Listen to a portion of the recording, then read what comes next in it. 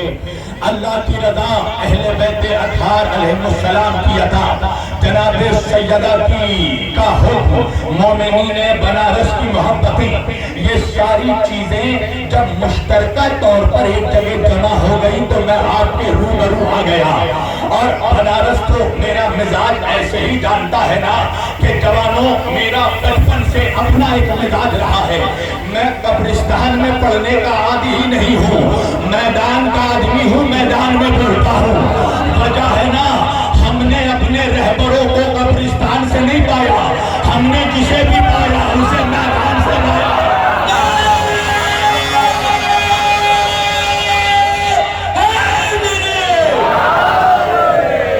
हमने जिसे भी पाया उसे मैदान से पाया है। हमने नबी को पाया तो बद्र के मैदान से, अली को पाया तो गदीर के मैदान से, फातिमा को पाया तो मुबहले के मैदान से, हसन को पाया तो सिफीन के मैदान से, हुसैन को पाया तो करबला के मैदान।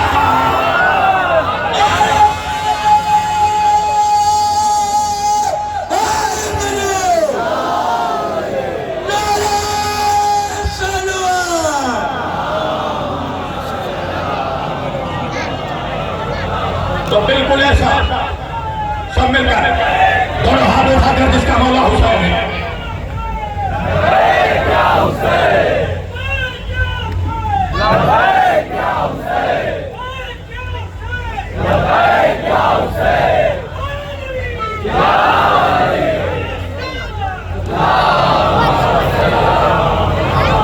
बिल्कुल ऐसा लगना चाहिए कि मैं मैदानी लोगों के बीच पढ़ रहा हूँ। इसलिए कि जवानों, मेरा भी अपना मिजाज है। मैं तकरीर हमेशा करबलाइयों के बीच करता हूँ, हुरमुलाइयों के बीच करता हूँ। नारा हैदरी। पता चलना चाहिए कि सारे करबलाई करबला में जमा हो गए हैं। अज़ीज़ान गिरामी, मैंने आज के इस मुक़द्दस और मुअज़्ज़ज़ इज्तिमा के लिए कुरान करीम की जिस आयत हिदायत की तिलावत का शरफ हासिल किया और सरनामे कलाम में जिसे मौज़ूए गुफ्तगू करार दिया, परवरदिगार आलम सूरह मुबारक के तहर में इरशाद फरमा रहा है, बिस्मिल्लाहिर रहमानिर रहीम, इन्ना हदैनाहु सबीला इम्मा शाकिरन व इम्मा कफूरा। देखो, मेरी तकरीर हमेशा बिला तफरीक़े मज़हबो मललो अक़वामो अदियानो तहरीकात होती है।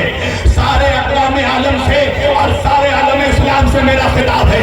मैं देख रहा हूँ कि इस चमन में हर रंग के फूल मौजूद हैं। और जो कीजिएगा, तमाम शिया सुन्नी भाइयों से खिताब है।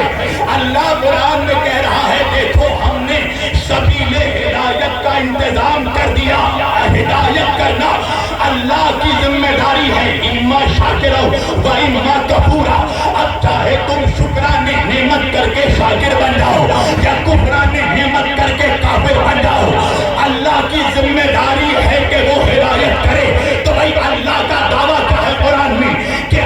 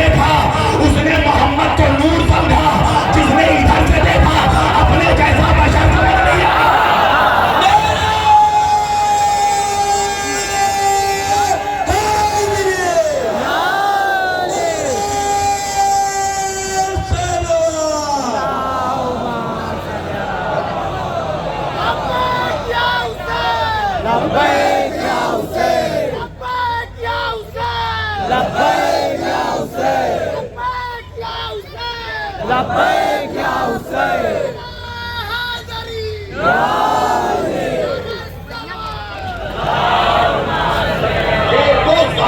नगर पर मुनासिर है, कौन कहां से देखता है। और हैरत की बात यह है कि दो दो टके का मुल्ला। अच्छा देखो भाई, मुल्ला किसे कहते हैं? मुसलमानों के समाज में जो लोग इल्म दीन हासिल करते हैं, शरीयत का इल्म हासिल करते हैं, हमारी अदबी जुबान में हम उसको मुल्ला कहते हैं। मगर मैं क्या करूं बनारस के जवानों, उन्हीं मुल्लाओं में कुछ ऐसे भी मनहूस मुल्ला हैं जो अहले बैत के बुग़्ज़ में मुल्लाइयत से कट कर कट मुल्ला बन जाते हैं।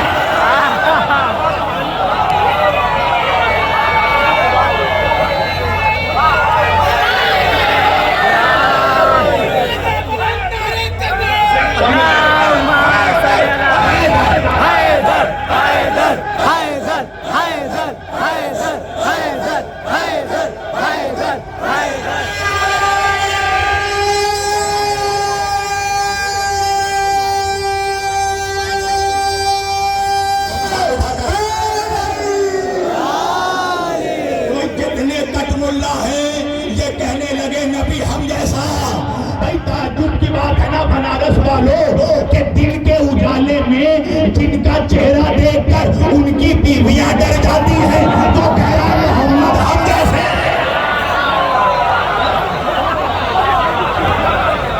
नारा हैदरी, लब्बैक या हुसैन, लब्बैक या हुसैन।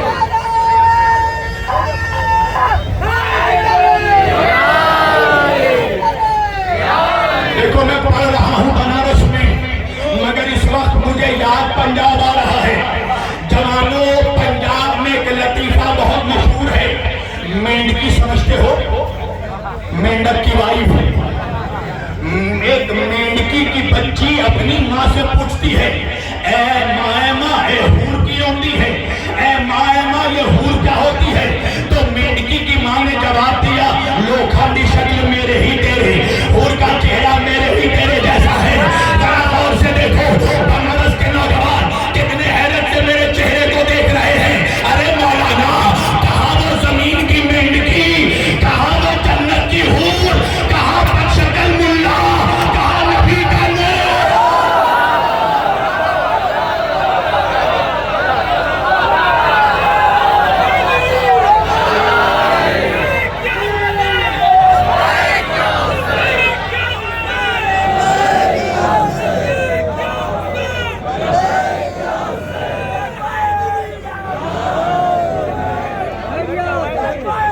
सब मिलकर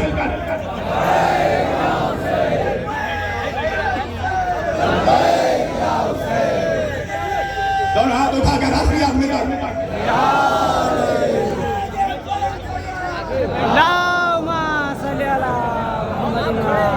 क़िबला अल्लाह कह रहा है, हिदायत मेरी जिम्मेदारी है।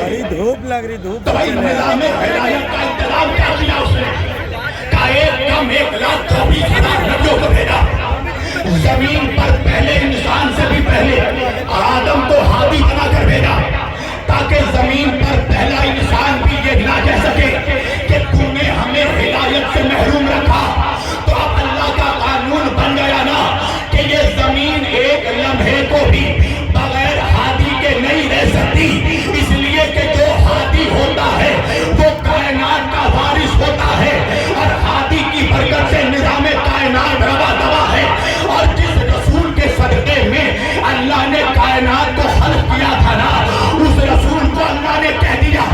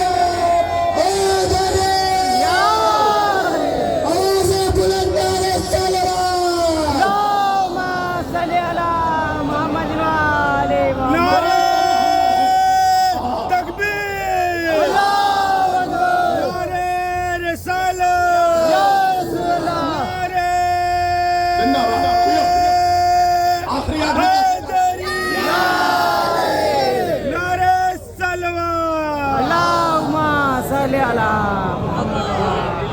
चमन चमन कली कली अली अली चमन चमन कली कली अली अली शहर शहर गली गली नारे हैदरी तो अल्लाह ने निज़ाम हिदायत का इंतजाम ये किया कि अल्लाह ने 1,34,000 नबियों को भेजा, हिदायत देकर भेजा। भाई नबियों का काम क्या है? अल्लाह से हिदायत ले और बंदों को हिदायत दे दे। तो सवाल ये पैदा होता है कि जब नबूवत का दरवाजा अल्लाह ने आदम से खोला और उसी नबूवत का दरवाजा अल्लाह ने हमारे आका मोहम्मद मुस्तफा पर बंद कर दिया, तो होना तो ये चाहिए था कि नबूवत के बाद कयामत आ जाती।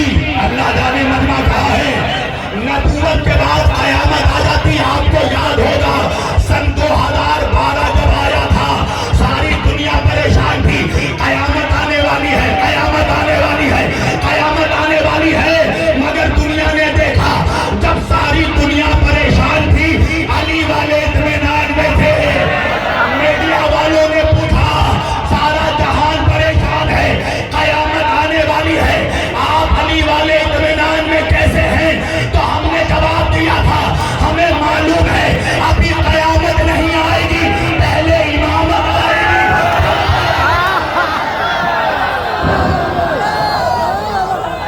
आंदोलन ऐसे में फिर ज्यादा होने की वजह से आने जाने के लिए गेट खोल दिया गया है। लिहाजा मजबूरी से गुजारिश है कि इस गेट का इस्तेमाल करें।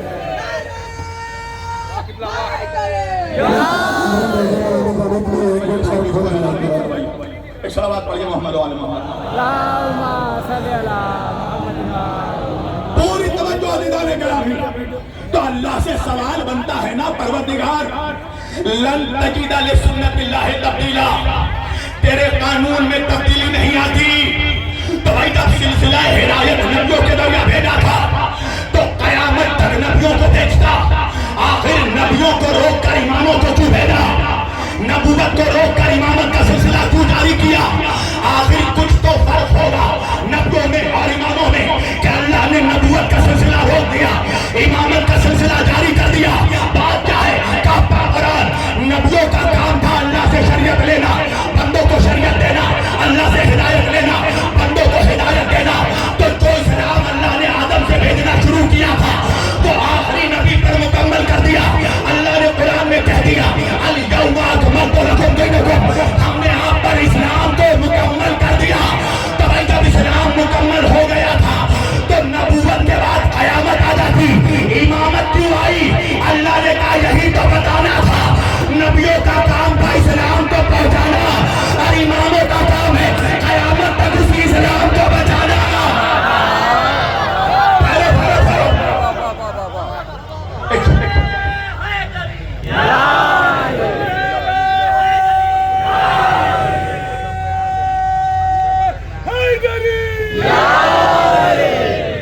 भाई सारा मनवा मेरे साथ रहे, जवानों इधर उधर नहीं, अभी मेरी तरफ देखो, अभी यहाँ सबसे खूबसूरत में हूँ।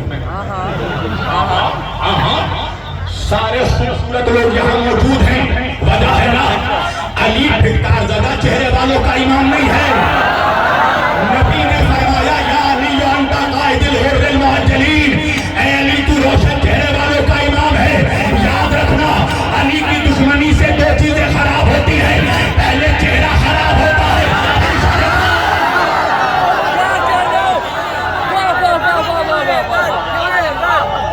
सलामत रहिए।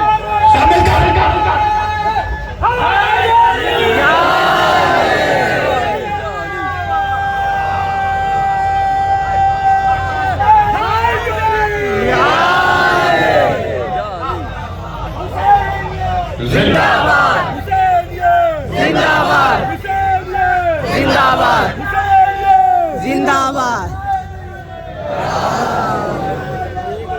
आवाज़ बुलंद बुलंद तरीन। तो बात समझ में आ गई ना, नबियों का काम था इस्लाम पहुंचाना, इमामों का काम है इस्लाम को बचाना। नबियों का काम था शरीयत को पहुंचाना, इमामत का काम है शरीयत को बचाना।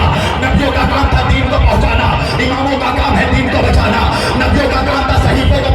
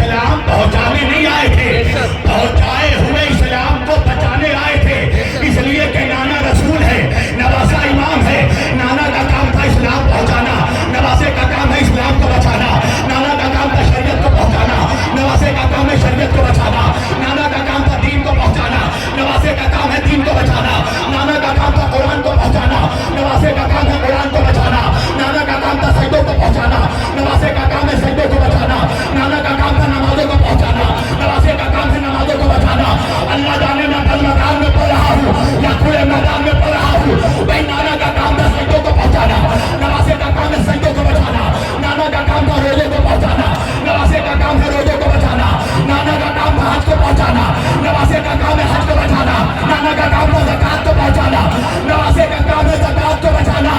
अब जमाने वाले पूछने लगे भाई कौन नाना कौन नवासा, कौन नाना कौन नवासा।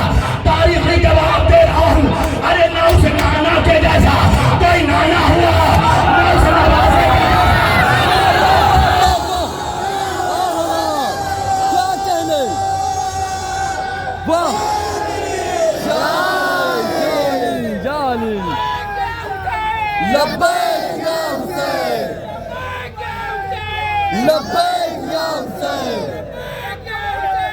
लब्बैक या हुसैन।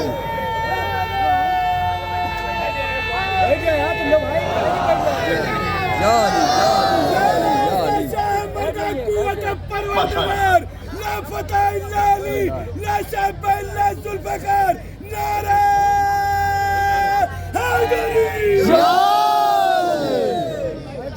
मेरी गुजारिश है जो खड़े हैं जरा बैठ जाए, पूरी तवज्जो। भाई नाना का काम था शरीयत को पहुंचाना, नवासे का काम है शरीयत को बचाना, नाना का काम था इस्लाम को पहुंचाना, नवासे का काम है इस्लाम को बचाना, नाना का काम था कुरान को पहुंचाना, नवासे का काम है कुरान को बचाना, नाना का काम था नमाजों को पहुंचाना, नवासे का काम है नमाजों को बचाना। सुनना, अब तक छोटे मोटे पटाखे छोड़े थे, अब तो बम मारने वाला हूं मेरी जान।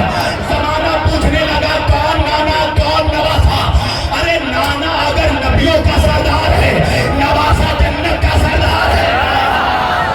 नवासा नाना अगर रसूलों का बादशाह है, नवासा शहीदों का बादशाह है।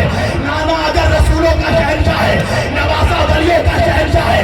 जमाना पूछ रहा है कौन नाना कौन नवासा। नाना का नाम है मोहम्मद, नवासे का नाम है हुसैन। जमाना पूछने लगा कौन नाना कौन नवासा। एक जुमले में तारीखी जवाब दे रहा हूं, अरे नाना वो है जो शबे मेराज अर्श पर कदम रख दे तो उसे अर्शे मुअल्ला बना देता है। नवासा वो है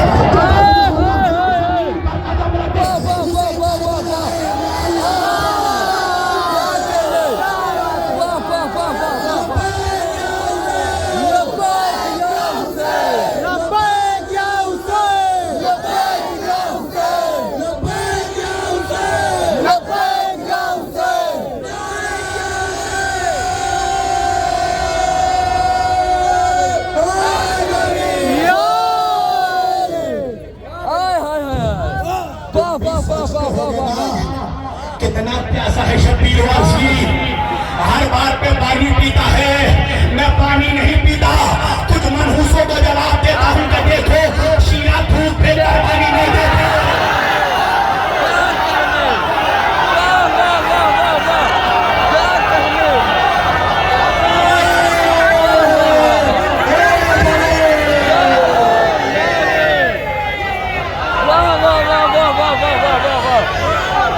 बेहतरीन है, वाह वाह।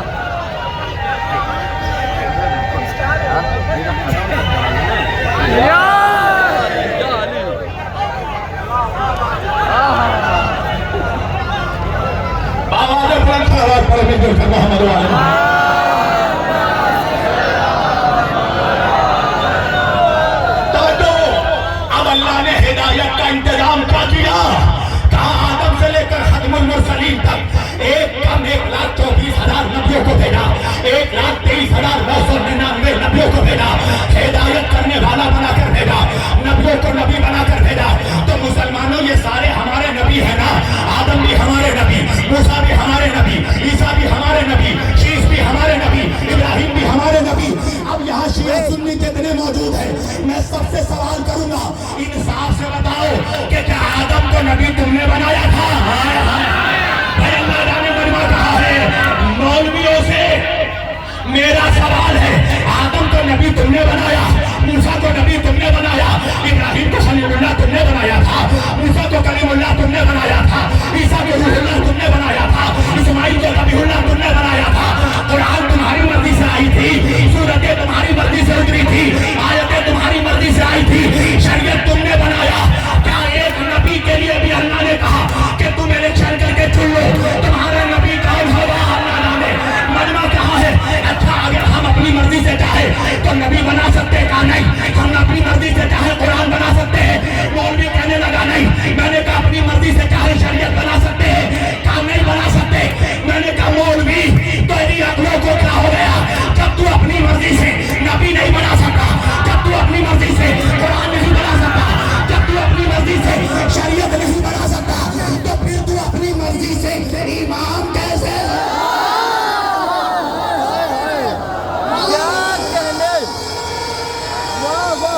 वाह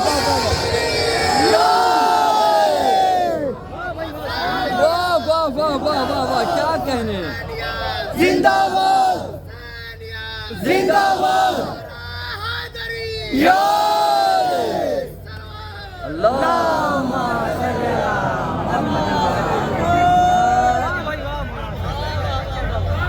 क्या ख्याल है जवान?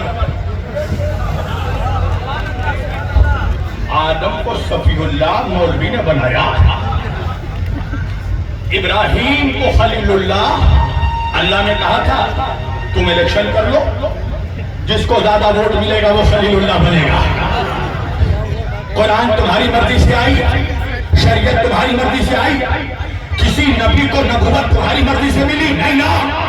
अच्छा मुसलमानों, अगर मौलवी भी सुन रहे हैं तो सुने, नबियों को तो छोड़ दो, अल्लाह ने किसी नबी की जानशीनी का भी इख्तियार उम्मत को नहीं दिया कि तुम नबी का जानशीन खुद बना लो।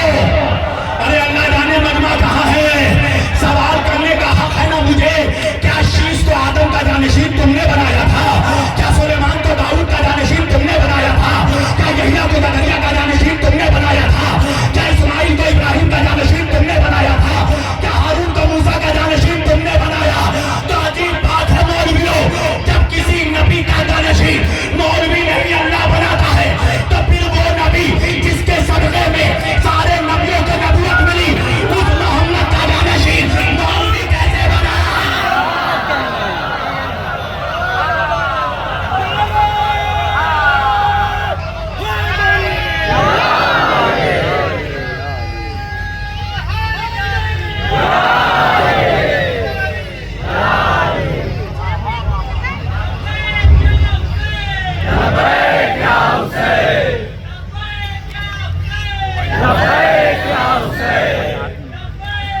सब मिलकर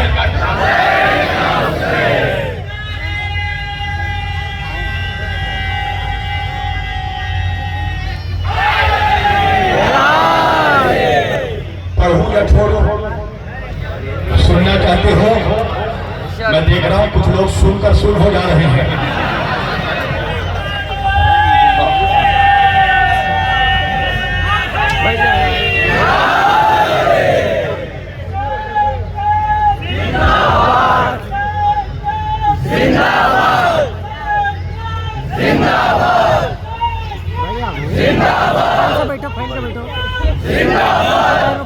माशाअल्लाह। जिंदाबाद मुर्दाबाद मुर्दाबाद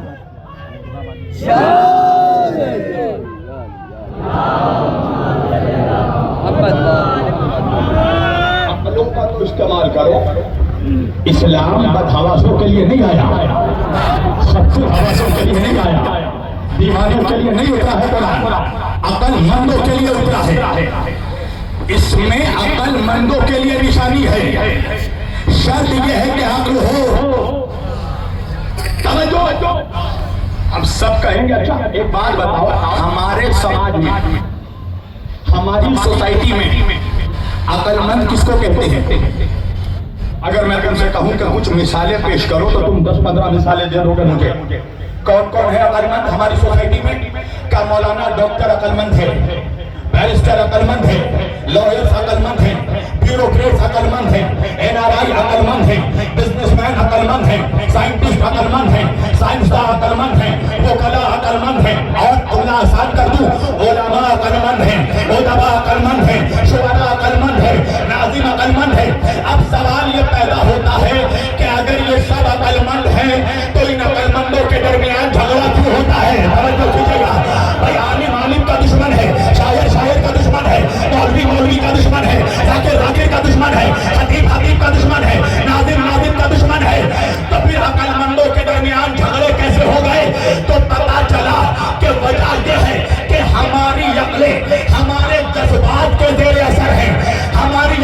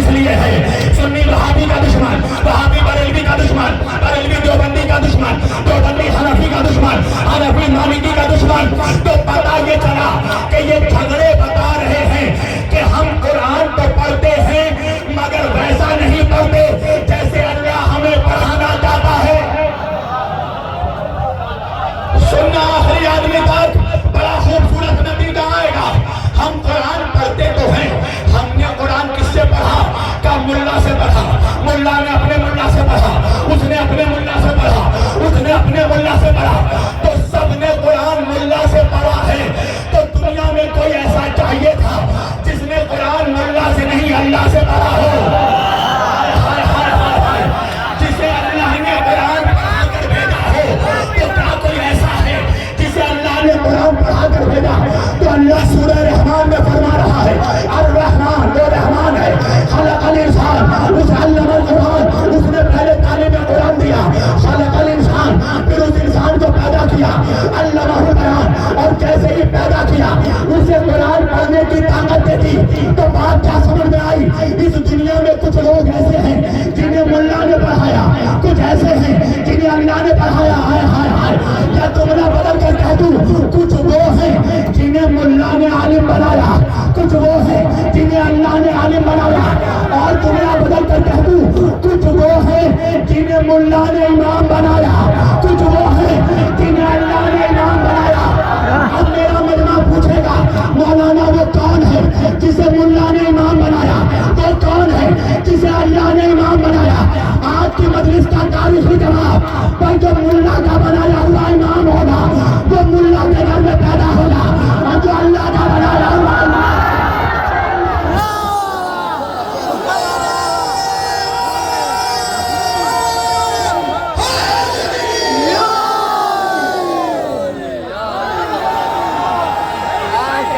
क्या कहने?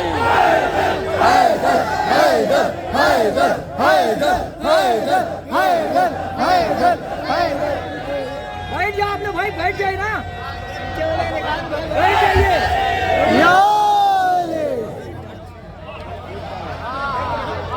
फैसला तुम कर लो। मैंने समेट दी अपनी गुफ्तगू।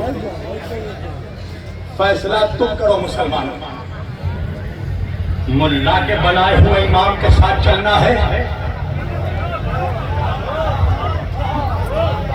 या अल्लाह के बनाए हुए इमाम के साथ चलना है? अल्लाह कुरान में कह रहा है, भाई गौ मान न गो कुल्लो उनासिन बेईमान नहीं।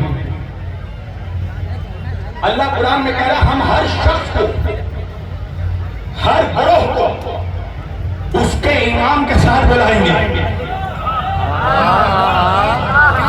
क्या कहने? तो कयामत में जिसका इमाम बदसूरत होगा,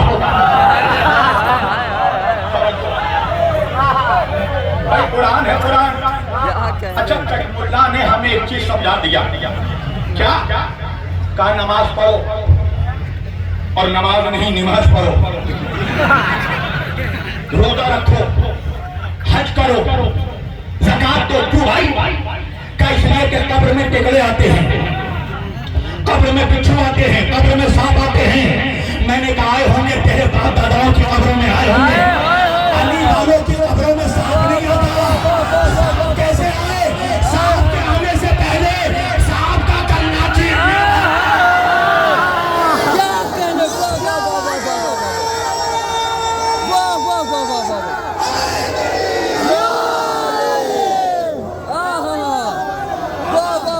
मौला सलामत रखे।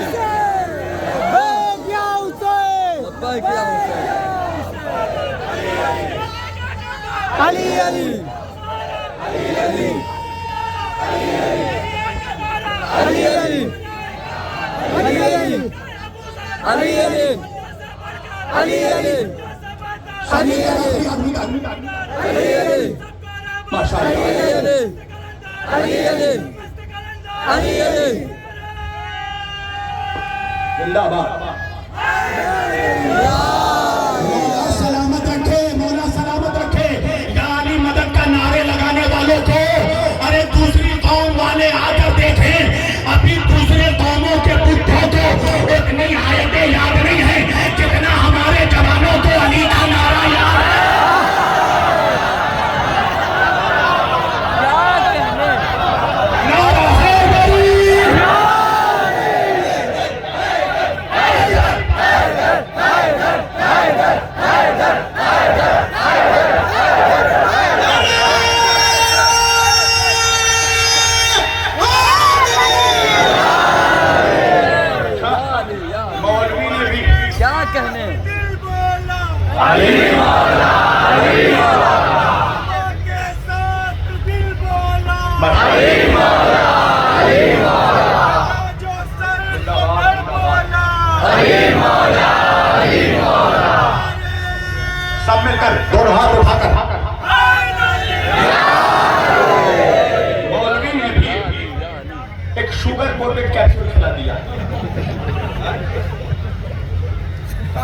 में फरिश्ते पूछेंगे मन रब का, तेरा रब कौन है।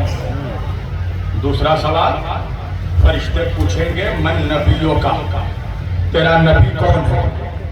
तीसरा सवाल, फरिश्ते पूछेंगे मन दीनों का, तेरा दीन कौन सा है। 3 से ज्यादा फरिश्ते नहीं पूछेंगे। अच्छा, मुल्ला भी अजीब मनहूस है, 3 से आगे ही नहीं बढ़ता।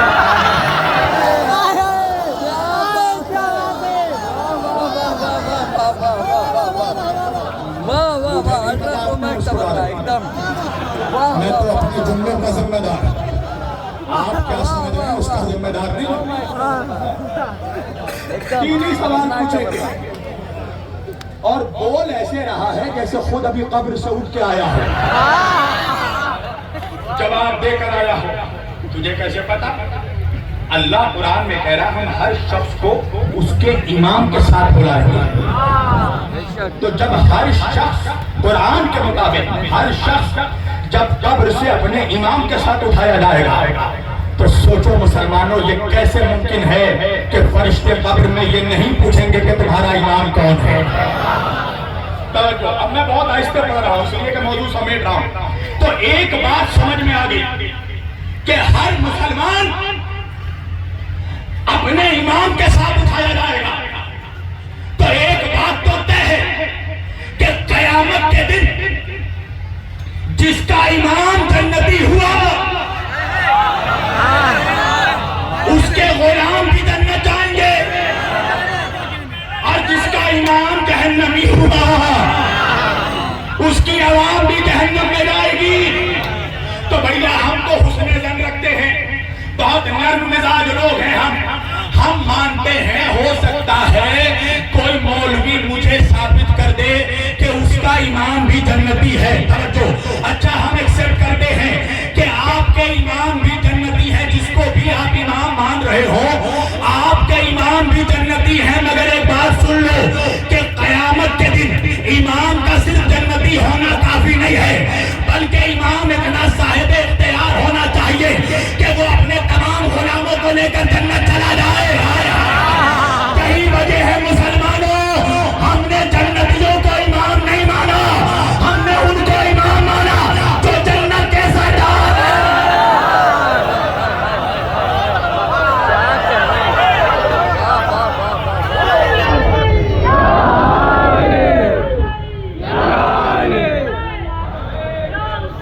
सब मिलकर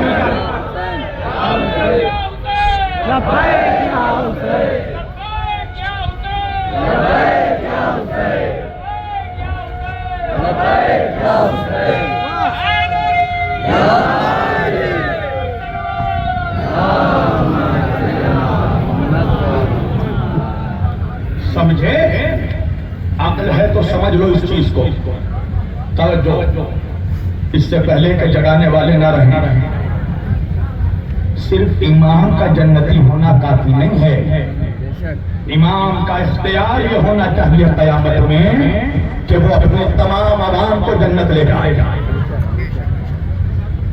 तुम जिसको भी इमाम मानते हो वो जन्नती तो हो सकता है, जन्नत का सरदार नहीं हो सकता है। हमने उनको इमाम माना जिसके लिए नबी ने फरमा दिया अल हसन वल हुसैन सैयदा शबाब अहले जन्नत, मेरे दोनों नवासे जन्नत के जवानों के सरदार हैं। थे नहीं हैं, होंगे नहीं हैं। अरे काश उर्दू के जुमले को समझ लीजिए आप, मैं समेट रहा हूं मौलवी। तो मौलवी अगर जन्नत जाना चाहता है ना, तो याद रखना कि जन्नत का सरदार तेरा बाप नहीं है, सैयदों के बाबा है। अच्छा एक बात बताओ, मैं वजीर भाई के घर पे आया, वजीर भाई ने कहा कहाँ आए? मैंने कहा यार शब्बीर वारसी हो। कहा भला से हो? मैंने कहा भाई मौलवी हूँ। कहा मेरी बला से घर मेरा है। कहा समझ लो इस जुमले को, घर का मालिक मैं हूँ, सरदार मैं हूँ, आना है तो मुझसे इजाजत लेनी होगी। मैंने कहा भैया 5 वक्त का नमाजी भी हूँ, का जितने बड़े नमाजी हो, घर का सरदार मैं हूँ, घर में एंट्री चाहिए तो सरदार से इजाजत लेनी पड़ेगी।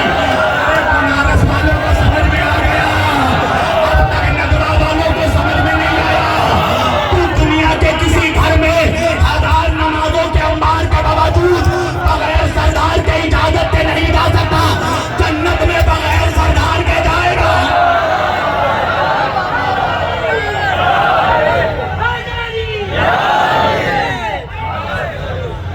सलावत पढ़े मिलजुल कर बाबा का बुला।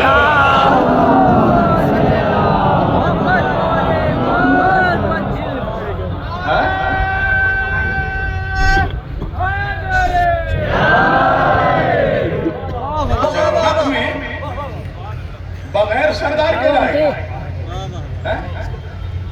पहले बैत की नमक हरामी करके जन्नत जाएगा मनहूस।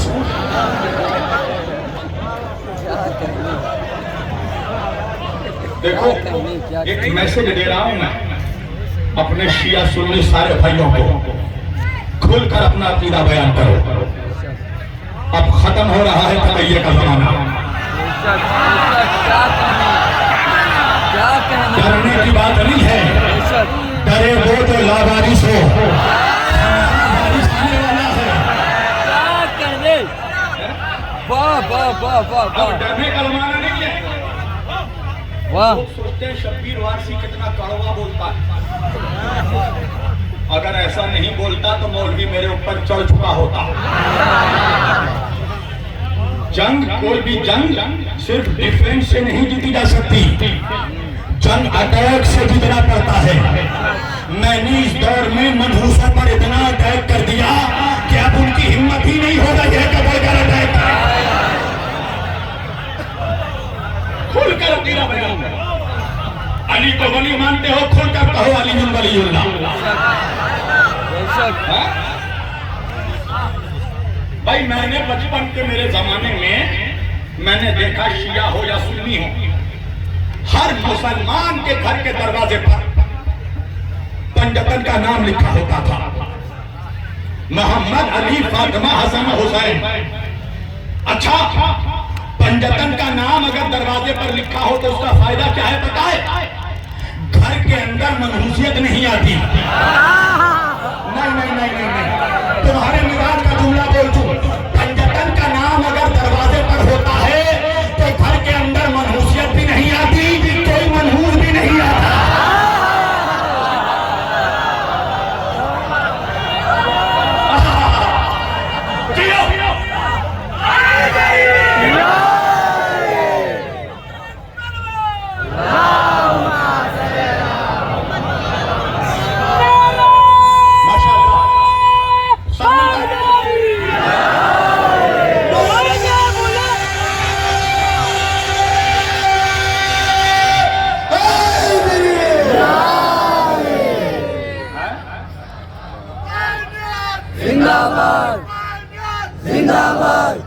जो हाथ बांध मुर्दाबाद, दोनों हाथ उठाकर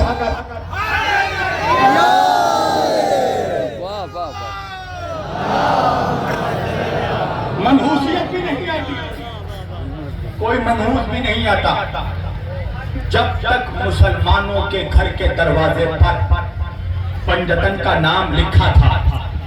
मुसलमान सर बुलंद था। जब से पंजतन का नाम हटा भीगी बिल्ली बन गया है। तवज्जो। और जिनके घरों में आज भी पंजतन का नाम लिखा है वो शेर की तरह दौड़ते हैं। तुमने देखा ना, आज जब फलस्तीन पर हमला हो रहा था तो 56 बहनों में एक ही भाई निकला।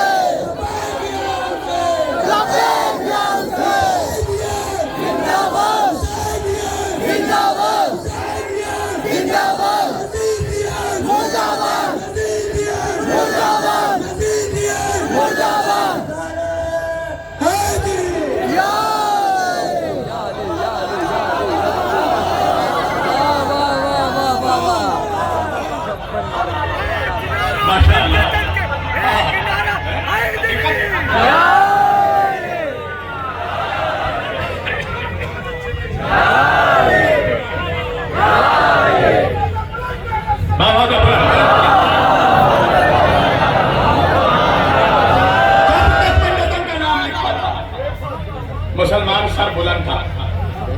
आज क्या जमाना आ गया, अगर किसी के घर के दरवाजे के बाहर पंडितन का नाम लिखा है तो सबसे पहले मौलवी कहता है उसके घर में मत जाना।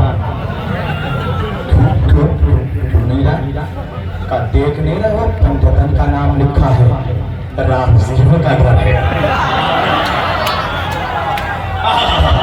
पंडितन का नाम लिखा है उसके घर में मत जाना। क्यों भाई, रामजीव का घर है। अगर किसी दरगाह के दरवाजे पर लिखा है पंडितन का नाम, मौलवी कहने लगा उस दरगाह में मत जाना, रामजीव की दरगाह है। अब समझ में आया हिंदुस्तान का मनहूस मौलवी अजमेर क्यों नहीं जाता। इसलिए कि अजमेर में किसी के बाप का नाम नहीं है, अबू बकर का नाम।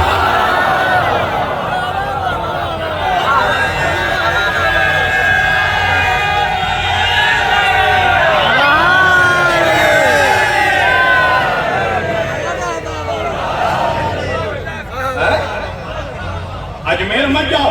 क्यों? बोले हमारे अब्बा का नाम नहीं लिखा। बादशाह अशरफ हुसैन लिखा है तो भाई उसके घर में पंडितन का नाम लिखा है, उसके घर मत जाओ, राफियों का घर है। अगर किसी दरगाह के बाहर पंडितन का नाम लिखा है, मौलवी कहता है इस दरगाह में मत जाओ, राफियों की दरगाह है। हद ये है कि अगर मस्जिद के दरवाजे पर पंडितन का नाम लिखा हो, मौलवी कहता है उस मस्जिद में मत जाओ, राफियों की मस्जिद है। अल्लाह ने भी कहा जिब्रील एक काम करो, जन्नत के दरवाजे पर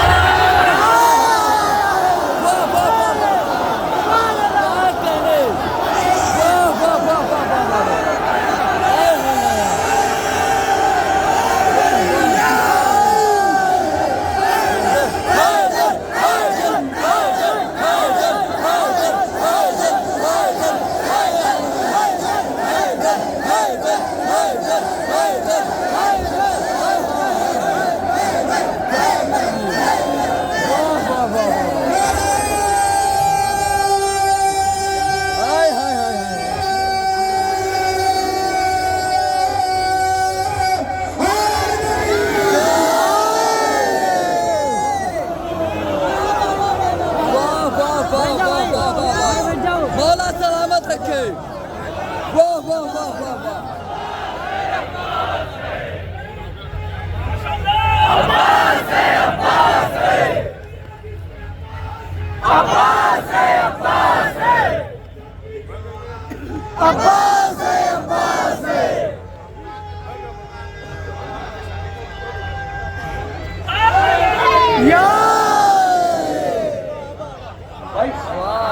मैं सोचता था, क्या कहने, बस समेट मैं सोचता था जवानों, अल्लाह ने जन्नत के दरवाजे पर पंडितन का नाम क्यों लिख दिया। मेरे समझ में बात तब आई जब मेरे छोटे भाई ने मेरे घर के दरवाजे पर मेरा नाम लिखा। मैंने अपने छोटे भाई से कहा, बेटा तूने घर के दरवाजे पर मेरा नाम क्यों लिखा। मेरे भाई ने कहा, ताकि भाईजान बाहर से आने वालों को पता चल जाए घर का मालिक कौन है। कह दिया तुमने, अब इसके बाद कुछ नहीं पता चल जाए बाहर वालों को कि घर का मालिक कौन है। तो अल्लाह ने भी जन्नत के दरवाजे पर पंडितन का नाम लिख दिया, इसलिए कि मौलवी बड़ा बेचैन है जन्नत के लिए, बहुत तड़प रहा। हुसैन को छोड़कर नमक हराम को जन्नत जाना है, अली की विलायत छोड़कर मनहूस को जन्नत जाना है। मैंने कहा जन्नत में है क्या, कहने लगा 70 हूर। मैंने कहा दुनिया में किन मनहूसों को खूबसूरत बीवियां नहीं मिली।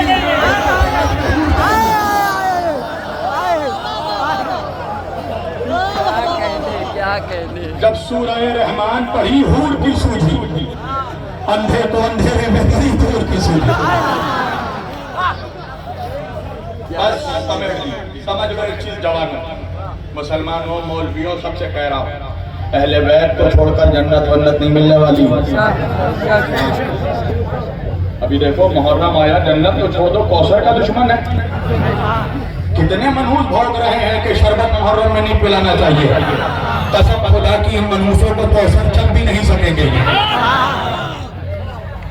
अहले बैत को छोड़कर जन्नत, तुम्हारा बहनी गुमान है, मर जाओ मनहूस। कब्र से उठेगा तो पता चलेगा हुकूमत किसकी है। बस समेट दी अपनी किस्मतों पर नाश करो कि अल्लाह ने तुझे अली जैसा इमाम अता किया। अल्लाह ने हमें वो 12 इमाम अता किए जिनकी कायनात में कोई मिसाल नहीं हो सकती। हाँ ज़रारो, मगर अफसोस यह है कि जिनके सदक़े में अल्लाह ने कायनात को खल्क़ किया, इस कायनात में सबसे ज्यादा मुसीबतें भी उन्हीं हस्तियों ने उठाई हैं। अभी मैं आया, मुझे मेरे बरादर अजीज मौलाना वसीम साहब अंदर लेकर गए। तमाम ताबूतें रखी हुई थी। मुसलमानों, तुम कितने बेरहम हो चुके हो। जरा सोचो तो सही कि उस घर का हाल क्या हुआ होगा जिस घर में सुबह से लेकर असर तक 72 जनाजे हो गए।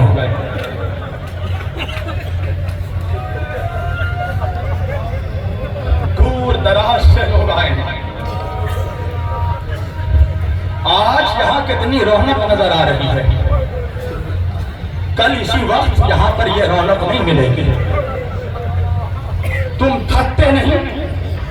एक मजलिस के बाद दूसरी मजलिस, दूसरी मजलिस के बाद तीसरी मजलिस। जमाने वाले पूछते हैं एक मजलिस हो गया, घर जाइए। ये एक के बाद दूसरी मजलिस क्यों, दूसरे के बाद तीसरी मजलिस क्यों। हम क्या करें भाई, मजलिस भी उसी की है जिसने एक लाशे के बाद दूसरा लाशा, दूसरे लाशे के बाद तीसरा लाशा। अरे जिसने 71 लाशे उठाए मगर हाय का असर का वक्त आया, उसका लाशा उठाने वाला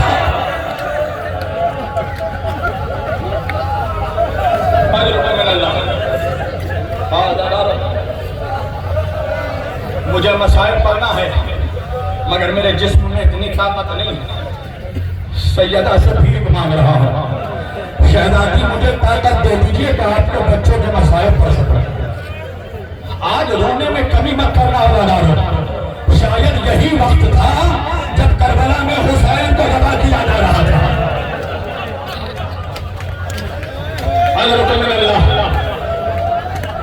असर का वक्त आया, हुसैन 71 लाशें उठा चुके हैं। एक मर्तबा आवाज़ इस्तिग़ासा बुलंद की, खैमे से शोरे गुरिया उठा। हुसैन खैमे में पलट कर आए, कहा ज़ैनब ये शोरे गुरिया कैसा। ज़ैनब ने कहा भैया जब से आपने मैदान में हलमिन की सजा दी है ना, असगर खुद को झूले से गिरा देता है। ये बच्चा 3 दिन का प्यासा है, इसकी माँ का दूध खुश्क हो चुका है। अगर इसे पानी नहीं मिला तो यह असगर मर जाएगा। हुसैन असगर को लेकर मैदान में गए। अदालारे पानी तो नहीं आया, एक सनसनाता हुआ तीर आया। असगर का गला छिल गया। एक मर्तबा खून का फवारा उठा। हुसैन ने हाथों में खून लिया, अपने चेहरे को बोला। मेरे नाना मरहूम अल्लामा इकबाल आज़मी एक रिवायत बयान करते थे कि हुसैन असगर का लहू मुंह में मर गया। असगर की लाश